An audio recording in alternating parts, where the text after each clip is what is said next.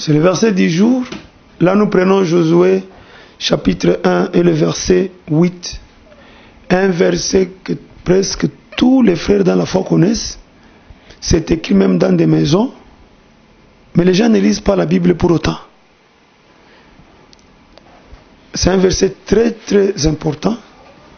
Moi, je l'ai toujours exploité. Ça me prend beaucoup de jours. Mais là, nous aurons essayé de donner une pensée pendant 5 minutes seulement. Que ce livre de la loi ne s'éloigne point de ta bouche. Médite-le jour et nuit pour agir fidèlement selon tout ce qui est écrit. Car c'est alors que tu auras du succès dans tes entreprises, c'est alors que tu réussiras. Une recommandation donnée à Josué, la Bible dit qu'il était serviteur de Moïse. Là, nous disons en passant que Dieu ne peut pas t'envoyer s'il ne te reconnaît pas avoir été un jour serviteur d'un homme que lui a appelé. Il n'y a plus de Melchisedec. Chaque enfant, chaque serviteur dans l'église a quelqu'un qui l'a encadré. Si toi tu n'en as pas, donc je te dis là en passant que tu ne sers plus Dieu. Une recommandation donnée au serviteur de Moïse, Josué, que ce livre de la loi ne s'éloigne point de ta bouche. Ça dit Josué, partout où tu te retrouves, chaque fois quand tu ouvres la bouche, que ce soit la loi qui sort de ta bouche, pas autre chose. Et la loi ne peut pas sortir de ta bouche si tu ne l'as pas fait entrer un jour.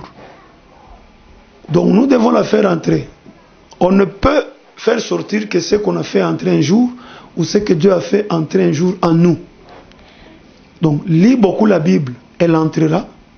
Et chaque fois quand tu ouvriras la bouche, elle sortira. Médite-le jour et nuit. Ici, ce n'est pas seulement la lecture. Et on s'adresse à celui qui lit. Parce que si tu ne lis pas, tu ne méditeras jamais. L'homme ne peut lire. L'homme ne peut méditer, voulais-je dire, que sur ce qu'il a lu, ce qu'il a vu ou ce qu'il a entendu. Si tu n'as encore rien vu, tu n'as pas entendu quoi que ce soit, tu n'as pas lu, tu n'auras pas de sujet de méditation.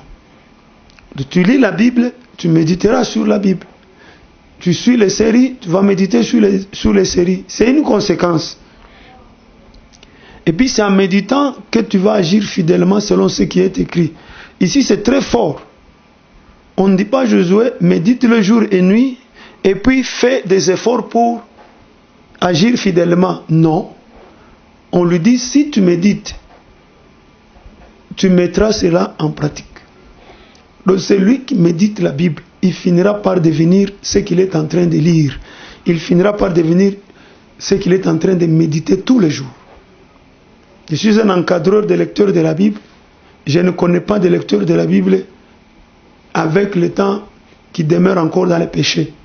Si tu lis la Bible de tout ton cœur, tu finiras par devenir ce que tu es en train de lire. Et en mettant en pratique ces choses, on lui dit, tu auras du succès dans tes entreprises. Entreprise de Josué, c'était quoi? C'était la guerre. Il devait combattre pour conquérir la terre promise. La conquête de la terre promise, c'était une mission que Dieu lui avait confiée. Donc si tu médites la parole, la réussite d'abord est garantie dans la mission à laquelle Dieu t'a appelé. C'est ce que beaucoup de gens ne savent pas. Tu lis la Bible, tu veux d'abord réussir dans le mining. Non. Si dans le ministère tu échoues, même dans le mining tu échoueras. Parce que la réussite est d'abord dans l'accomplissement de la mission que le Seigneur nous a confiée. Que Dieu vous bénisse.